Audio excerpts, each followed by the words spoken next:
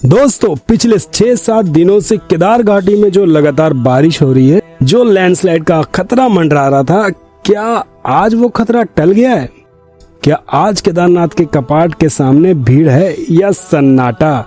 गौरीकुंड से पैदल रास्ता खुला है या बंद? और उधर बद्रीनाथ में अलकनंदा नदी का जल स्तर आज कैसा है? हाईवे पर लैंडस्लाइड की खबरें अभी भी आ रही हैं या रास्ता साफ हो गया है? इन सारे सवालों के जवाब आज इस वीडियो में मिलने वाले हैं, वो भी बिल्कुल ग्राउंड जीरो से। तो वीडियो को अंत तक जरूर देखिएगा, क्योंकि आज की अपडेट आपकी यात्रा का फैसला बदल सकती है। राधे राधे दोस्तों, जय श्री केदार। केदारनाथ धाम से मैं राहुल, जहां आपको मिलती है केदारनाथ धाम और चारों धामों की ताजा खबरें और लेटेस्ट अपडेट। आज तारीख है 14 जुलाई 2026। सबसे पहले बात करते हैं मौसम की दोस्तों, क्योंकि यही सबसे बड़ी चिंता का विषय रहा है। चलिए चलते हैं केदारपुरी। अच्छी खबर यह है, आज 14 जुलाई की सुबह से ही केदारनाथ धाम में अच्छी धूप खिली हुई है। पिछले 5-6 दिनों से लगातार बारिश के बाद आज मौसम पूरी तरह से साफ है और कल रात से एक बूंद भी बारिश नहीं हुई है दोस्तों। और बात करूं, मौसम बहुत बढ़िया हो गया दोस्तों, और चारों तरफ इतनी खूबसूरती बिखरी हुई है दोस्तों। पहाड़ दिख रहे हैं, उसके पीछे की चोटियां भी दिख रही है दोस्तों। जो हर यात्री का सबसे बड़ा सवाल होता है, भीड़ कैसी है? तो दोस्तों कल सोमवार के मुकाबले आज भीड़ काफी कम है। मंदिर प्रांगण में नंदी महाराज के पास भी भीड़ ना के बराबर है। यात्रियों को दर्शन में मुश्किल से आधा घंटा लग रहा है। दर्शन बहुत शांति और बिना किसी धक्का मुक्की के हो रहे हैं।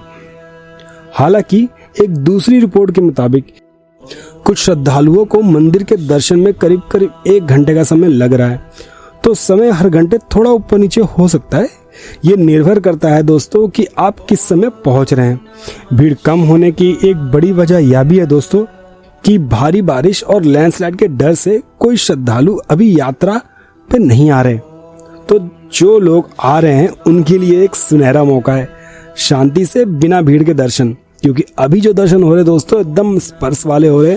आप आराम से जाइए, दर्शन कीजिए, उन पे बेल पत्र, दही सब चढ़ाइए दोस्तों, और आराम से समय व्यतीत करके आइए उनके पास। ठीक है, तो ये सबसे बढ़िया समय होता है। अब आता है सबसे संवेदनशील हिस्सा। रास्ता यात्रियों के मुताबिक सोनप्रयाग से पैदल मार्ग बिल्कुल सुरक्षित है और क्लियर है। रास्ते में फिलहाल कोई लैंडस्लाइड की समस्या रिपोर्ट नहीं हुई है। लेकिन दोस्तों यहाँ मैं आपको एक जरूरी बात साफ साफ बता देता हूँ, सिर्फ नीचे के इलाकों में मौसम साफ होने का मतलब ये नहीं है दोस्तों घाटी सुरक्षित है। ठीक है, केदारनाथ धाम का मौसम कभी बदल सकता है। अभी अगर थोड़ी धूप निकली है तो कुछ देर बाद हो सकता है बादल आ जाए, फिर उसके बाद बारिश स्टार्ट हो जाए। ठीक है, तो पहाड़ों का मौसम का कोई भरोसा नहीं होता दोस्तों। तो बारिश की संभावना अभी बनी हुई है, तो राहत की सांस लीजिए, क्योंकि अभी मौसम थोड़ा साफ है। ठीक है, लेकिन निश्चिंत मत होइएगा दोस्तों। लेकिन दोस्तों यहाँ सावधान रहने की जरूरत है। गौरीकुंड से मंदिर तक के पैदल रास्ते पर काफी फिसलन भी है और लगातार पानी बह रहा है।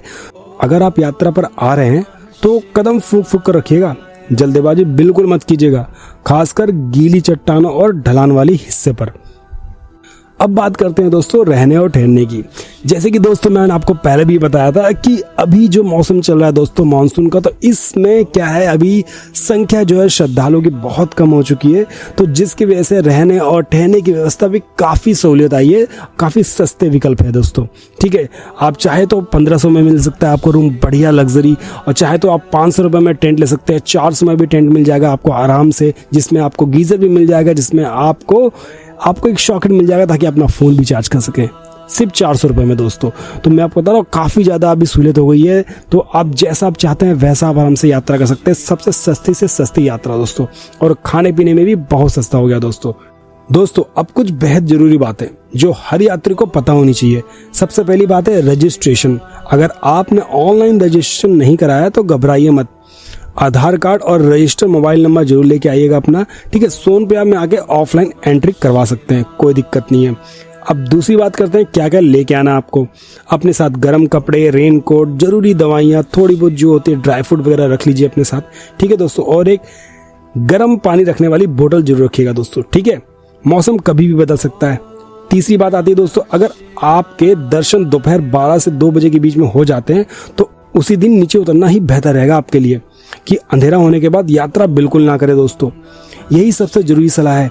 इन सारी बातों को ध्यान में रखते हुए दोस्तों आप यात्रा करेंगे तो आपकी यात्रा काफी ज्यादा सुरक्षित और सबसे बड़ी और सबसे अच्छी यात्रा होगी आपकी। अब बात करते हैं बाकी धामों की।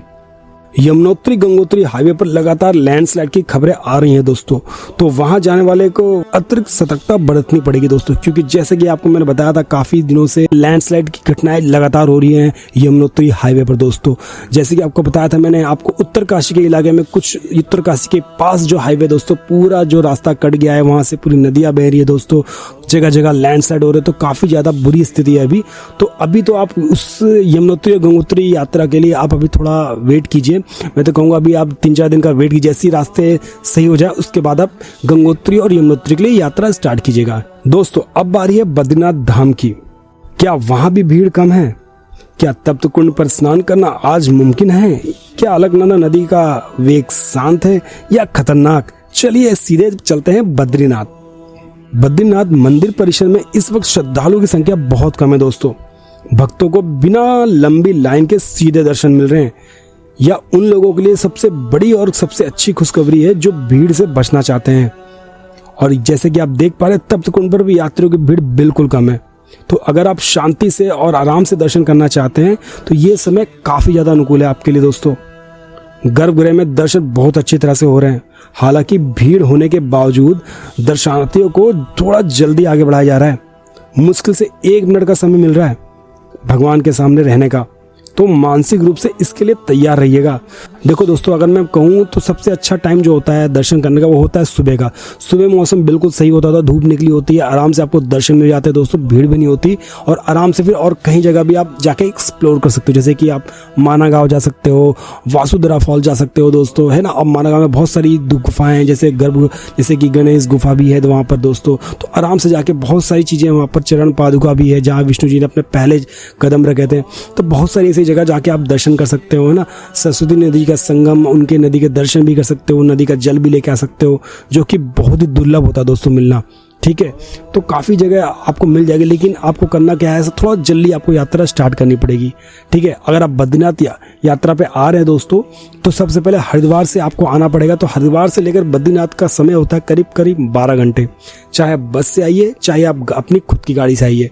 ठीक है, तो 12 घंटे कम से कम मान के चलिए दोस्तों। अगर आप सुबह सुबह निकलते हैं 5 बजे तो शाम को 5 बजे तक आप आराम से पहुंच जाओगे। और जब आप शाम को पहुंचोगे तो आराम से धाम में जाइए, दर्शन कीजिए गर्भगृह के, फिर सुबह सुबह निकल जाइए दोस्तों माना गांव के लिए, वासुदेवा फॉल के लिए, गणेश गुफा के लिए, सरस्वती नदी के लिए। काफी सुंदर दर्शन होंगे दोस्तों आपको। ये मैं आपको स्ट्रांगली रिकमेंड कर रहा हूँ, क्योंकि अभी जो मौसम है इसके लिए बेहद ही अच्छा है। तो ना आपको भीड़ मिलेगी और सारे दर्शन आराम से हो जाएंगे इत्मीनान से दोस्तों। ठीक है, अब बात करते हैं दोस्तों लैंडस्लाइड की। गुलाब कोटी जैसी जगहों पर अक्सर लैंडस्लाइड का खतरा बना रहता है दोस्तों। जैसे कि आपको मैंने लास्ट टाइम दिखाया था, तो अभी गुलाब कोटी में भी लैंडस्लाइड का खतरा बना हुआ है, लेकिन अभी एक बार आप जरूर चेक कर लीजिएगा आने से पहले कि अभी वहां के जो लैंडस्लाइड का जो खतरा है अभी हटा या नहीं हटा।